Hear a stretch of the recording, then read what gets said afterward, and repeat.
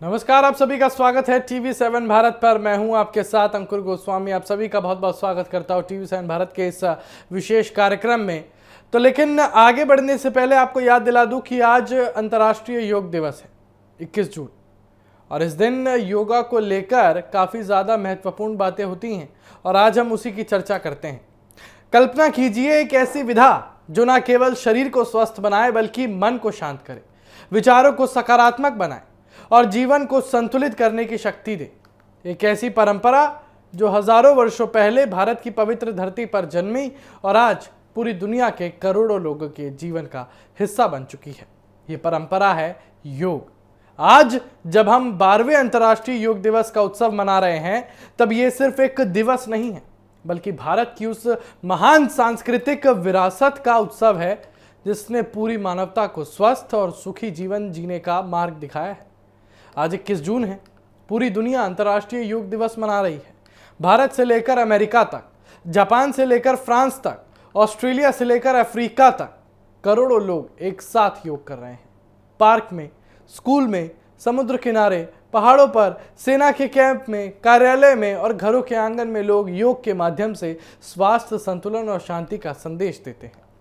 लेकिन क्या आपने कभी सोचा था कि आखिर ऐसा क्या है योग में जो हजारों साल पुराने होने के बावजूद आज भी उतना ही प्रासंगिक है?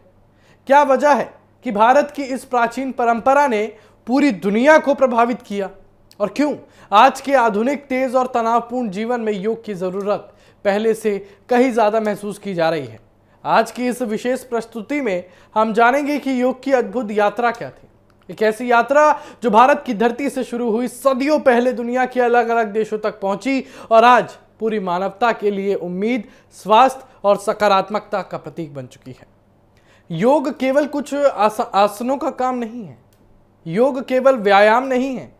योग केवल शरीर को मोड़ने या खींचने की कला नहीं है। योग एक जीवन दर्शन है।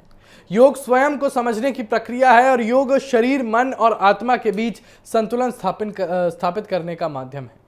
संस्कृत में योग शब्द का अर्थ है जोड़ना, स्वयं को स्वयं से जोड़ना, मन को शरीर से जोड़ना, व्यक्ति को प्रकृति से जोड़ना और अंततः आत्मा को परम चेतना से जोड़ना।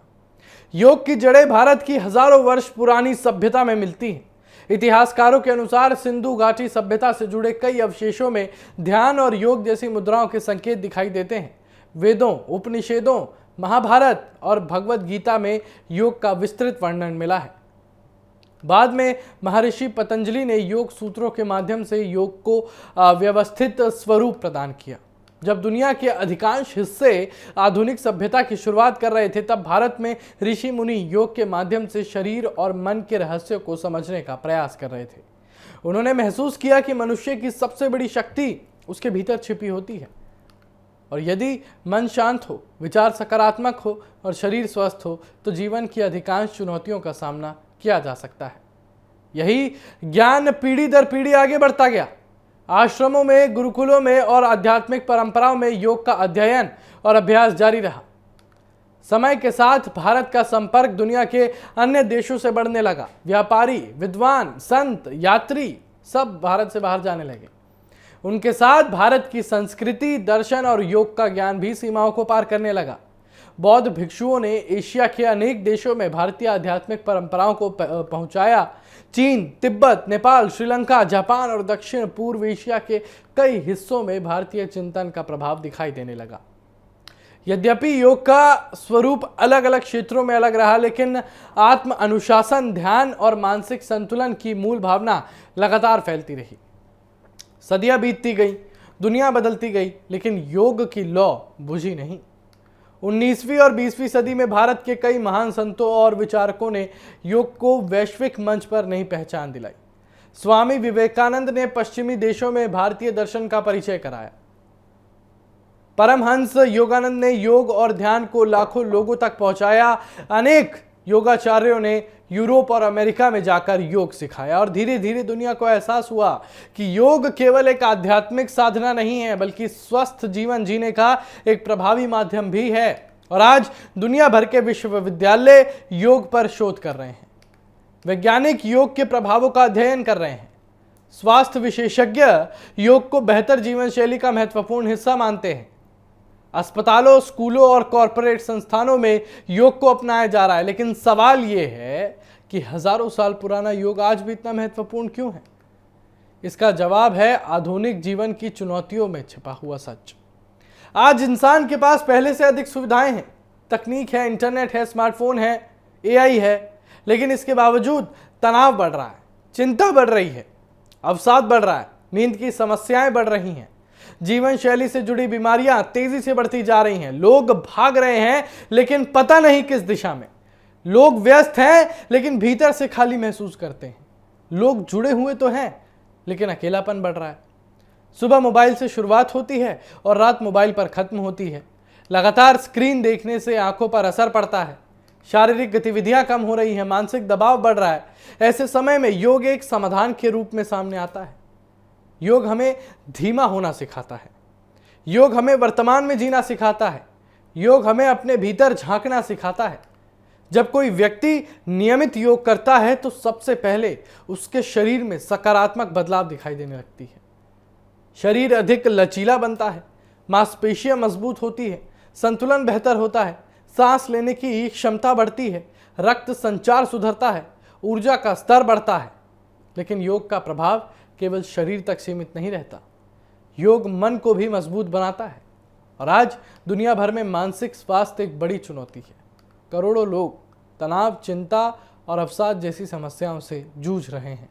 योग और ध्यान मन को शांत करने, भावनात्मक संतुलन बनाए रखने और मानसिक स्पष्टता विकसित करने में मदद करते हैं।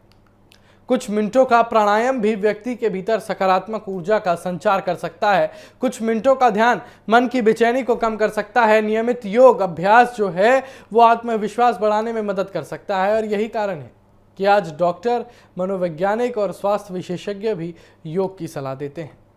योग की एक और विशेषता ये है कि ये किसी उम्र का मोहताज नहीं है।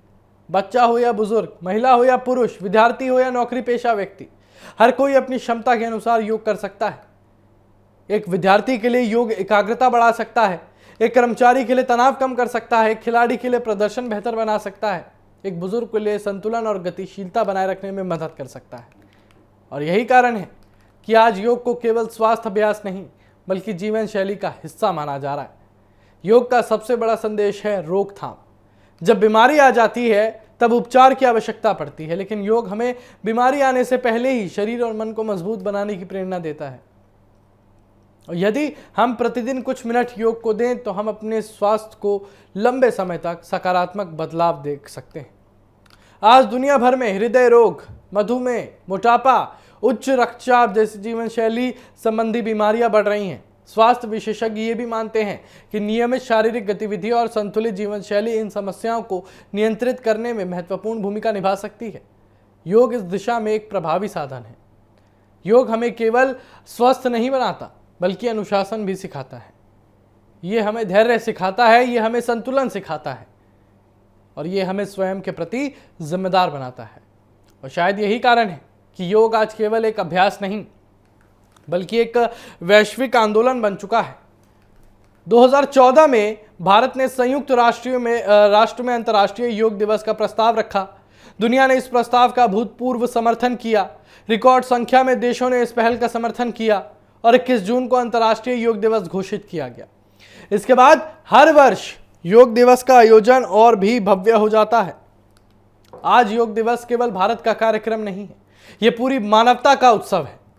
समुद्र किनारे हजारों लोग योग करते दिखाई देते हैं, ऊंचे पहाड़ों पर सैनिक योग करते दिखाई देते हैं, स्कूलों में बच्चे योगा करते दिखाई देते हैं, विदेशी नागरिक भारतीय परंपरा को अपनाते दिखाई देते हैं। ये दृश्य केवल एक आयोजन का नहीं बल्कि उस विचार का प्रमाण है जिसने दुनिया को जोड़ा है। आज जब पूरी दुनिया संघर्षों, तनाव, युद्धों और विभाजनों का सामना कर रही है तब योग हमें एक अलग रास्ता दिखाता है। योग शांति का मार्ग है, योग संतुलन का मार्ग है, योग सह अस्तित्व का मार्ग है। योग हमें सिखाता है कि वास्तविक जीत दूसरों को हराने में नहीं बल्कि स्वयं को बेहतर बनाने में है। योग हमें सिखाता है कि सबसे बड़ी शक्ति भीतर की शांति है। योग हमें सिखाता है कि स्वस्थ शरीर और स्वस्थ मन ही जीवन की सबसे बड़ी पूंजी है। और आज 12वें अंतर्राष्ट्रीय योग दिवस के अवसर पर जब देश भर में कार्यक्रम आयोजित हो रहे हैं और प्रधानमंत्री मोदी कोलकाता से योग का संदेश दे रहे हैं, तब ये केवल एक सरकारी आयोजन नहीं, ये उस विरासत का सम्मान है जो हजारों वर्षों से मानवता का मार्गदर्शन कर रही है। ये वो विरासत है जिसने सीमाओं को पार किया है, ये वो विरासत है जिसने भाषाओं को पार किया है, और ये वो विरासत है जिसने संस्कृतियों को जोड़ा है। और हाँ, ये वही विरासत है जो आज भी करोड़ों लोगों को बेहतर जीवन जीने की प्रेरणा दे रही है। लेकिन आखिरी में एक सवाल कि हम अपने लिए प्रतिदिन कितना समय निकालते हैं? 10 मिनट, 15 मिनट या 20 मिनट? अगर हम दिन भर की व्यस्तता में से कुछ मिनट अपने शरीर और मन के लिए निकाल सके तो शायद हमारा जीवन पहले से कहीं अधिक संतुलित और सकारात्मक बन सकता है। योग कोई प्रतियोगिता नहीं है, योग कोई प्रदर्शन नहीं है, योग खुद से मिलने का एक सफर है, एक यात्रा है। और इस यात्रा की सबसे अच्छी बात यह है कि इसकी शुरुआत किसी भी दिन की जा सकती है। तो आइए इस योग दिवस पर केवल योग करने का संकल्प ना ले, बल्कि योग को जीवन का हिस्सा बनाने का संकल्प ले। आइए हम स्वस्थ शरीर, शांत मन और सकारात्मक सोच की दिशा में कदम बढ़ाएं। और आइए हम भारत की इस अमूल्य धरोहर को अपनाएं और आने वाली पीढ़ियों तक पहुंचाएं। क्योंकि योग केवल आसन नहीं है, योग केवल व्यायाम नहीं है, योग एक परंपरा नहीं है, योग जीवन है, योग ऊर्जा है, योग संतुलन है, आत्मविश्वास है, सकारात्मकता है, और सबसे बढ़कर योग वो सेतु है जो मनुष्य को उसकी वास्तविक शक्ति से जोड़ता है। फिलहाल आज अंतर्राष्ट्रीय योगा दिवस पर ये सबने देखा कि किस तरीके से कलकत्ता में, बंगाल में जो है प्रधानमंत्री मोदी ने ये सरकारी आयोजन रखा, जिसको पूरी देश, पूरी दुनिया एक काफ़ी महत्वपूर्ण स्तर पर देख रही है। योगा करना सबसे ज़्यादा ज़रूरी है, क्योंकि वो आपकी जीवन शैली ही नहीं, आपके शरीर को भी स्वस्थ बनाता है। तो चलिए फिलहाल मेरे साथ बस इतना ही, और तमाम बड़ी बातों के लिए और बड़ी खबरों के लिए बने रहिए TV7 भारत के साथ। नमस्कार।